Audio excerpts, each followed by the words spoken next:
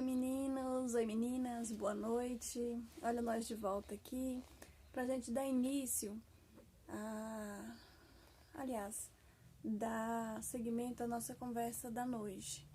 Então a gente vai falar agora sobre os tipos de morte.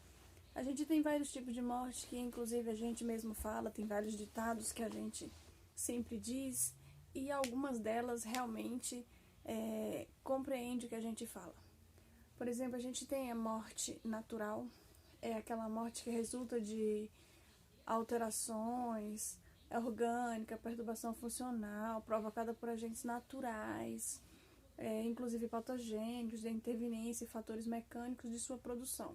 Ou seja, é aquela morte que cursa naturalmente, sem nenhuma outra interferência do meio físico.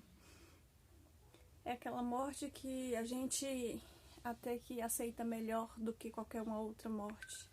Eu sempre falo assim que fulano morreu. Morreu de quê? Morreu de morte morrida ou morreu de morte matada? Morte morrida é aquela morte natural, que você adoece, sabe que você tem a doença, ou então tá com um processo aí de câncer, e aí você acaba falecendo por uma morte natural. Aquela morte súbita é aquela morte imprevista, aquela morte, não é que tenha morte prevista, mas uma pessoa que fica doente em um leito de hospital e cada vez vai piorando mais, é uma morte mais ou menos prevista. Que nem como eu disse na UTI à noite, os pacientes que ficam lá, de acordo vão piorando o quadro, a gente vai dando seguimento a um pré-óbito. Então, isso é uma morte que a gente assiste. E uma morte súbita é aquela morte que você estava bem, do nada, caiu, morreu, não teve jeito. Instantaneamente.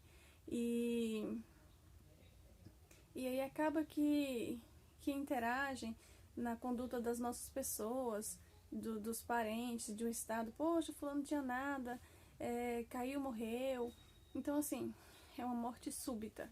É tipo se eu desse um infarto fulminante, caísse e morresse ligeiramente. Temos também as mortes violentas. As mortes violentas não preciso nem dizer que as que a gente vê sobre causas de tortura, de ação abrupta, intensa, de contínuo e persistente, um agente mecânico, ou seja, um agente agressor em cima daquela coisa, em cima daquele corpo, matando ele aos pouquinhos, que seja por tortura, que seja por facada, que seja por tiro, ou seja, uma morte violenta, estupra, depois mata, estrangula. Isso sim é uma morte violenta, uma morte que você vai matando aos pouquinhos. Temos também morte fetais, que é a morte de um produto, uma concepção não concedida, que é uma morte de um feto, de um bebê. Assim, por exemplo, a gente tem vários tipos de aborto, inclusive o espontâneo, que ele pode ocasionar na expulsão do feto, porque se não nasceu ainda, é feto. A partir do momento que nasce, já forma uma criança, é um neonato. Temos também a morte materna, ou seja, aquela morte da mãe. Não só tem a morte fetal, que é a morte do bebê, e tem a morte materna, que é a morte da mãe do bebê. Então, é aquela morte daquela gestante que ainda não concebeu a luz, ou seja, ou até mesmo a morte após dar à luz, que é a morte na hora do parto. Pode morrer e acaba ocasionando uma morte materna. Tem aquelas mortes catastróficas, isso.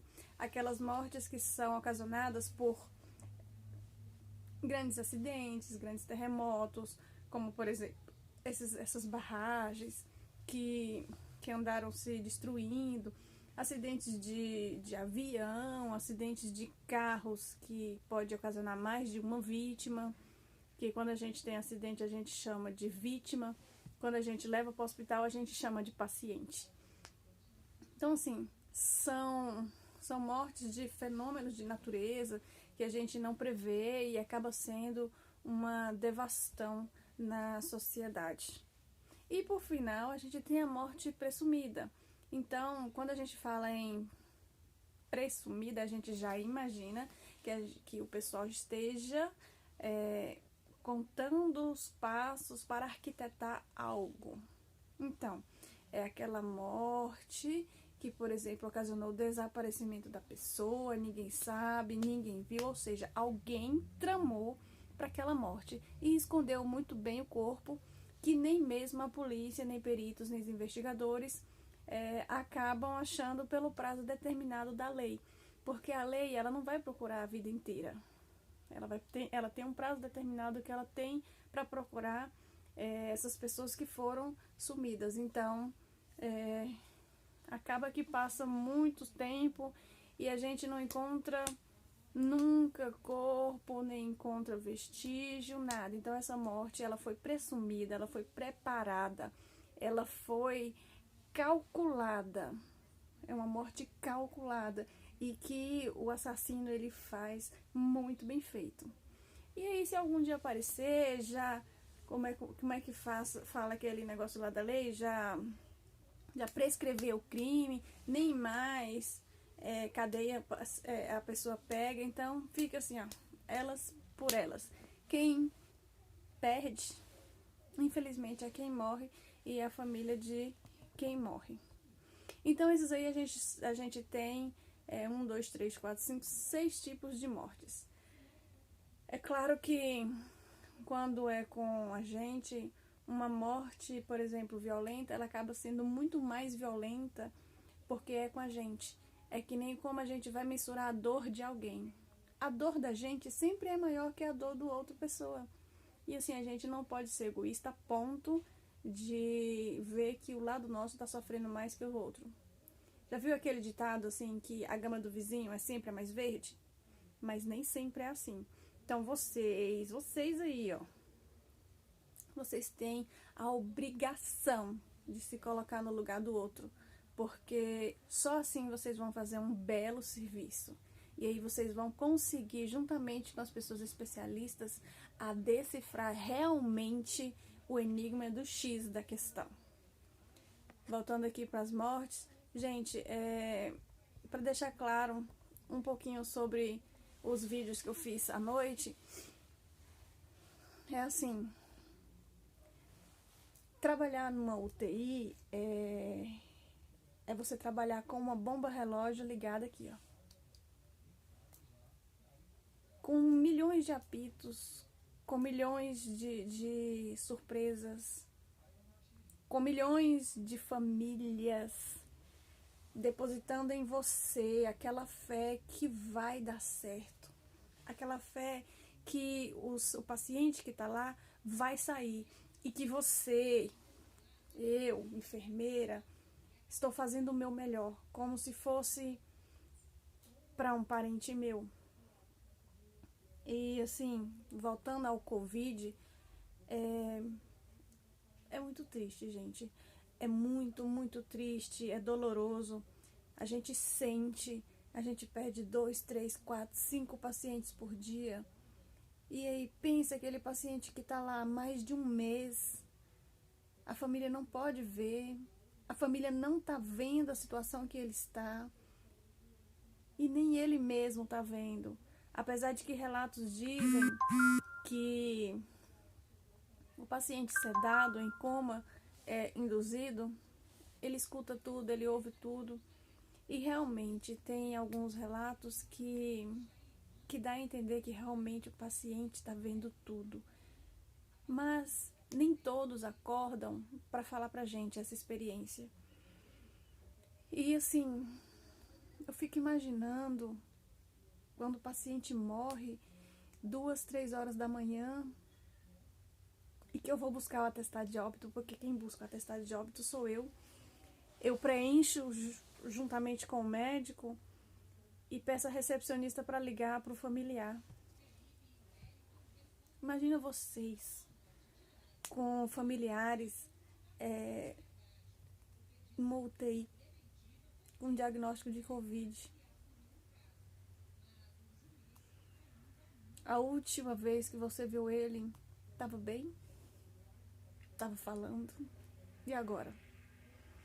O paciente está entubado, estar numa cama de um hospital, dependendo de drogas, dependendo de medicação para o seu corpo seguir firme, dependendo de nós da área da saúde para viver para ele. Então o processo de morte, ele começa desde o momento que você não está bem. E não é só bem de doença, é bem daqui, ó. O processo de morte, ele começa muito antes de você cair de cama. E a gente acompanha tudo de perto. Você recebeu uma família 3 horas da manhã. O que passa na cabeça dessa família? Porque se fosse na minha, não precisava nem ir no hospital. Eu recebi um telefonema 3 horas da manhã pedindo para ir no hospital. Pra quê? A gente sabe o que é que o médico vai falar, o que é que o enfermeiro vai falar. É nessa hora que a gente tem que mostrar o nosso lado humano. Não só lá dentro com o paciente, não só lá dentro fazendo com que tudo melhore para ele, ou que ao menos ele tenha uma morte digna. Porque sim, nós merecemos uma morte digna. Não adianta eu estar dentro do leito da UTI e estar jogado, sem cuidados. Merecemos. E nós que escolhemos essas profissões, temos o dever de fazer cumprir o nosso juramento. Eu passo 12 horas no plantão. Eu não durmo. Eu tô acordada até agora, eu cheguei agora. Eu cheguei agora em casa, ó, nem minha roupa eu tirei. É a mesma roupa que eu tava ontem. Porque se eu tomar um banho e deitar, eu não falo com vocês. E a gente precisa alinhar essas coisas. Então, pessoal, aquele quesito que eu disse, que a morte, que a vida acaba quando a morte chega, eu continuo batendo na tecla que além disso tem muito mais para se viver. Uma família não aceita a morte de um paciente nunca. A morte, ela nunca vem sozinha. Ela sempre vem acompanhada, e vem bem acompanhada de uma desculpa. A gente aprende a conviver com a morte, mas a gente não aceita. Não aceita jamais. E é egoísmo nosso, né? Porque se vocês vissem o que eu vejo,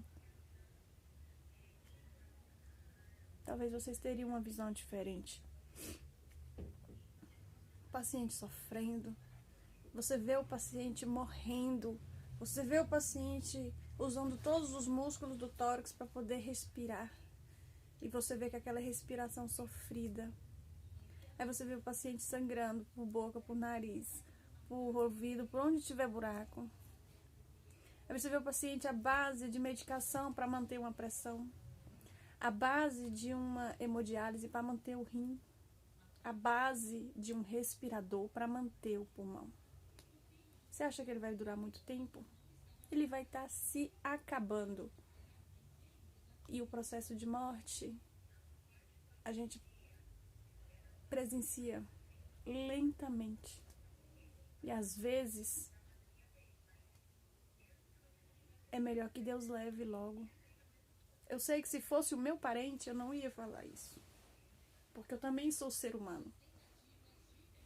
Eu tô pensando agora como enfermeira, não como parente. E assim, por diversas vezes, quando o paciente parou, eu disse, ele descansou. Tem gente que sofre tanto, que eu achava que não teria necessidade de uma pessoa sofrer tanto para morrer dignamente. E aí é onde vocês onde termina o meu serviço e começa o de vocês. Vocês escolheram essa área? Pois então, termine o serviço bem feito que eu comecei. Peçam licença para o corpo. É um corpo, mas ali já teve uma vida, ali já teve uma história. E a história, ela não vai morrer. Ela vai continuar viva no coração de cada um que conheceu essa pessoa. Então, por favor, respeitem. Respeitem, gente. Não brinque com o corpo, jamais. Faça valer a pena essa despedida. Se vocês trabalharem no funerária, faça tudo direitinho. Se vocês trabalharem no IML, faça tudo direitinho. SVO, faça tudo direitinho. Trate com carinho. Não trate como uma simples caneta.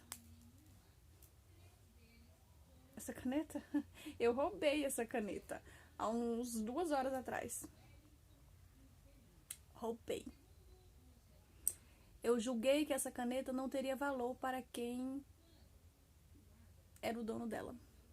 Eu simplesmente falei, vou roubar. E roubei. Só que aí, eu virei pro dono e falei assim, olha, eu tô roubando a caneta. Ela não escreve mesmo, mas vai prender o meu cabelo. Pra você não vai servir, pra mim vai. Aí ele, não, pode levar. Eu falei, eu vou testar mais uma vez, só pra ver se tá riscando ou não. Quando eu risquei, adivinha? Ela voltou a funcionar. Aí eu falei com ele, olha, eu vou usar a minha consciência e vou te devolver a caneta porque tá funcionando. Aí ele falou assim, não. Você gostou tanto dela, você pode levar. E olha aqui comigo. Eu deixei ela cair no metrô umas 3 vezes. Todas 3 vezes meu coração parou. Minha caneta. Peguei a caneta, minha. E guardei. Coloquei no bolso da jaqueta e trouxe. Se até uma caneta tem esse valor pra gente, imagine um pai de família, uma mãe de família, um filho, um parente. Talvez para aquela pessoa que eu peguei a caneta, ela não teria tanto valor quanto eu achei que teria. Mas para mim, ela já tem valor. E o corpo é igual isso. Pra gente, não tem valor. Eu posso sentir ali na hora, mas depois vai passar. E pra família não passa, gente. Não passa. E acreditem, a imagem no caixão vai vencer muitas outras imagens que a pessoa teve a vida inteira. Todas as outras coisas boas vão se apagar. E a imagem do caixão vai ficar. É assim. O ser humano é assim. Então, saibam tratar um corpo, porque ele não acabou ali. Ele ainda tem muita história pela frente. E nós também. Voltando nas fases da morte, a gente tem vários enigmas. E assim, particularmente, vocês, mais uma vez, estão de parabéns por ter escolhido essa profissão. E eu quero que vocês dediquem-se ao máximo para serem melhores. Não estude para ser bom, estudem para ser os melhores. Porque eu não me troco por outra enfermeira. Se eu pudesse escolher uma enfermeira para cuidar de mim, eu escolheria eu mesma. Primeiro eu, depois o eu, terceiro eu, e quarto, se der tempo, se sobrar espaço, eu escolho outra pessoa. Mas primeiramente eu. Eu estudei para ser o que eu vejo que eu sou. E é isso que eu quero que vocês sejam. Eu quero que vocês estudem para almejar o que vocês vão ser. Profissionais excelentes, de primeira linha. É assim? Se a gente não colocar a nossa autoestima para cima, quem vai colocar? vou colocar, porque vocês vão ser os melhores. Então, voltando ao nosso conteúdo, a gente tem a tanatossemiologia, que é o estudo da morte. Então, assim, como assim, professor, estudo da morte? Sim, sim e sim. E se foi uma morte que eu não assisti? Eu achei o paciente morto. Eu achei a vítima morta. Eu vou ter que estudar para saber de que esse paciente morreu. E adivinha quem é que vai estar lá para ajudar no diagnóstico final? Vocês. Eu, enfermeira? Essa fase não é minha. Essa fase é de vocês. São vocês que vão investigar o óbito juntamente com alguém. Juntamente com o perito, com o legista. Então, nunca se esqueça que tanatossemiologia é o estudo da morte, independente de qual seja a causa.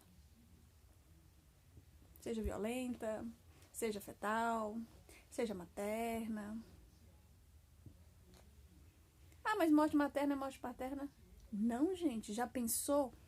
Se uma morte materna, por exemplo, e se houve negligência do médico? Essa mulher poderia não ter morrido. Então, vamos estudar os fatos. Vamos periciar o ambiente. Vamos evidenciar com provas, prontuários, relatórios, medicações, anotações de enfermagem, de técnico, de fisioterapeuta, de médico. Vamos estudar para chegar no denominador final. Vamos estudar essa morte para ver se realmente a gestante ela morreria ou não. O fato é, não vai trazer a vida dela de volta, mas vai dar nome aos culpados. Querendo ou não, é o que a gente tem.